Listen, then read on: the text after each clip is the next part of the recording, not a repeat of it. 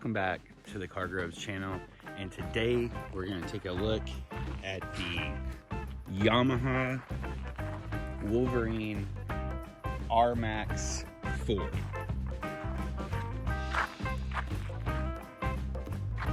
Is this the right side-by-side for you? I'll tell you my thoughts.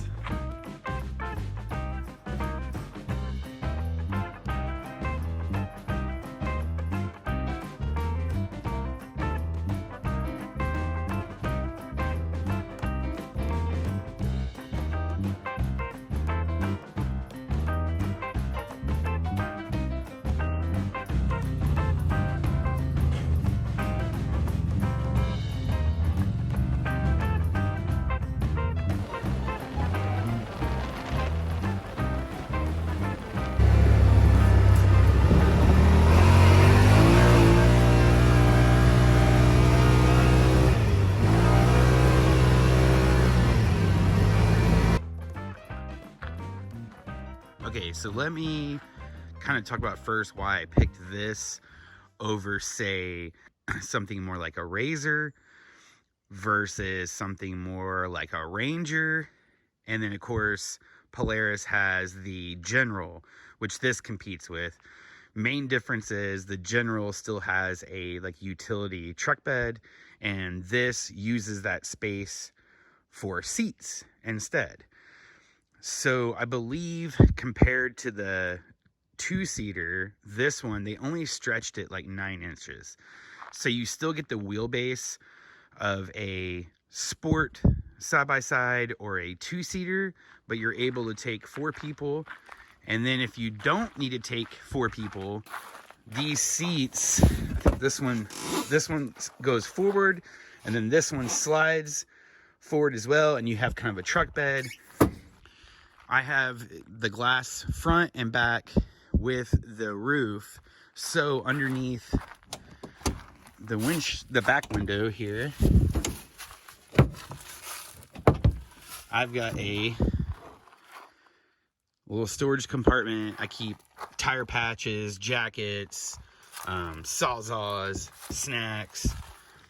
Well, that brings me into one potential negative of the Wolverine versus, I've rented a lot of Polarises, and especially in hot climates like Moab, this gets hot. Now, I'm up here, as the crow flies, I'm probably, let's see here. If you just go out that way, if you just go out that way about 60 miles, you'd probably be in Canada. Maybe a little farther, 60 to 100 miles, you'd be in Canada. So for me, this thing getting a little warm, it's not a bad thing, even in the summertime. If you lived in the South, I would say Texas, Florida, any of that stuff, you'll either have to second guess your decision to get one of these, or you'll have to add some of that racing wrap foil in certain spots like the tunnel, or I think it'll get too hot.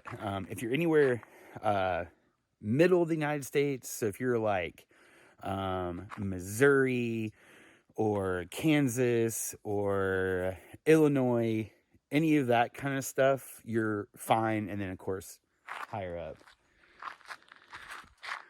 So this is the LE, and I don't know, I'm pretty sure only the LEs get these right here, these adaptive shocks. So it has comfort, medium, and firm.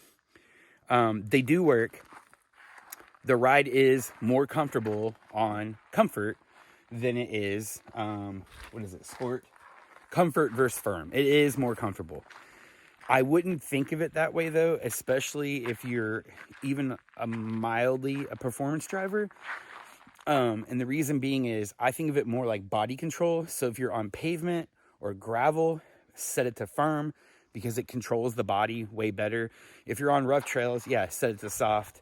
On soft, though, if you're ripping gravel roads, it does have a little too much body lean on it.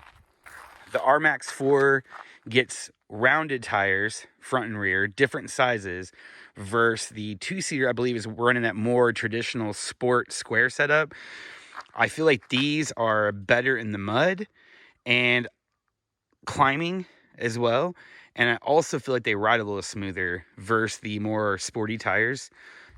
These safety things, they're a little annoying because they make it a little tight to get in, especially, I want to say the front is the worst. Yeah. And also, if you take your seatbelt off a certain way, it can get caught behind there. Then when you go to take off, you're trying to figure out why it's stuck. So that's one drawback of these. I do think they do protect you from getting whipped by branches and some other things, which is nice. Also got the Yamaha winch, which I'm not sure what brand it is. It's probably a Warren. Yeah, Warren winch. It's nice. It's a metal cable. I'm not really sure how you're supposed to reel in a metal cable by yourself with the controls. They're in the cockpit. So you have to be standing here to operate the controls, which are right there. I'm not sure how you operate the controls and keep your winch from getting all tangled. I don't know. I'm not really sure how that works because mine's all tangled and jacked up. I'll probably switch like a synthetic rope or something like that. It's got low and high gear. So for all you Polaris owners, you're going to know that when you're kind of goofing around on hard terrain, going a little slower, that you're going to want it in low range, and it saves the belt, right? You don't want to be in high gear doing 5 mile an hour hill climbs. Yamaha says their belt is not made like that. It's got a 10-year warranty. You can leave it in whatever gear you want. I still am in the habit of using low gear if I know for a fact I'm not going over, say, 15 miles an hour. There's no reason not to put it in low. So I still do it anyways, but Yamaha says don't worry about it, leave it in high, do whatever you want. So that's pretty neat. It's got 2-wheel drive, 4-wheel drive, and diff lock. The 2-wheel drive, 4-wheel drive you can do on the fly. I believe the diff lock you have to stop to put that on. It's got off, low, and high beams. When they're off, but it's running, it's got neat little LED like DRLs on there that work really good. I've drove a ton of razors, especially like what were they? Razor 800, 900, 1000, Rangers. Rode around in general a couple times. Polaris makes excellent stuff. I really went with Yamaha more for, at first it was more for availability. If I had gone Polaris, I would have got a general most likely, and probably a general 4-seat. Well, already I'm appreciating having 4 seats, and basically this is just like a general 4-seat. You just lose the tailgate and it shrinks your wheelbase. So this thing's way more agile on trails. If you have a need to ride 4 people and fill the tailgate up, maybe you need a, general. For me, having 4 people in here, I can do a hard cooler this size right here. These are really common. You've probably seen them in Walmart. And then you can do a soft cooler, same size right there. So you can run 2 coolers, twin coolers, if you have 4 people. You can run 4 drinks in the rear. You got 2 up front. And then if you get the optional cargo thing back here, you can stuff stuff in there. But even if you don't get that, it would be an empty area behind the seat. So I don't feel like it's really a sacrifice. If I'm running a bunch of gear, chainsaws and this and that, I'm normally not going to have 4 people with me. So I'm going to have the seats pushed forward in the back, and I'll just make it a truck. What's another difference between Polaris? Okay, one thing I did notice, and let me give you a little caveat. The Polarises that I've ran, they didn't have front and rear windscreens with the roof. They only had roofs on them. But this thing's pretty boomy inside. So when you're ripping, I would say anything over 20 miles an hour, it's hard to talk in there. You might need headsets. I don't think it's so much as Yamaha's fault. I think half of it is. I think the other half is running front and rear glass windows. I think they make it boomy. So maybe what I'm going to try to do is to do a little dynamat on the roof and maybe around where the engine is, and try to tone down the boominess a little bit. It doesn't really bother me. But it is one thing. If you want to talk to somebody, your passenger, you can talk to them. You have to talk kind of loud. If they're in the rear or the back, if you're driving and you're going 30 miles an hour, it's hard to talk to people in the rear. Other than that, I like it. This thing rips. You know, obviously it's not a turbo. It's fast. It's fast enough with the adaptive shocks and the shorter wheelbase. This is perfect for the guy that if he's by himself, he wants to drive fast and have fun, but he also needs to take out his wife and kids, or, you know, whoever. They want to take out 4 people and just chill. This is a great compromise between a sport and utility side by side. I don't think it lacks too much in the performance compared to, like, say, like a Razor 1004. If anything, I bet the breakover angle on this versus a Razor 1004 is way in the favor of the Wolverine. If you do, I'm not going to take it off now because I have the steel bumper and it makes it a little tough to take the, but if you take the hood off, there's 2 snap clips right here. There's a key under the hood. If you turn that key, it's a valet key. So you can tone the speed limit down to, say, I think it's 28, 29 miles an hour. I'll definitely be using that next summer with my kids. I don't want them going 60, 70 miles an hour. 29 miles an hour is plenty fast. So all in all, I'm impressed. The longest day I've done so far is a 150-mile day.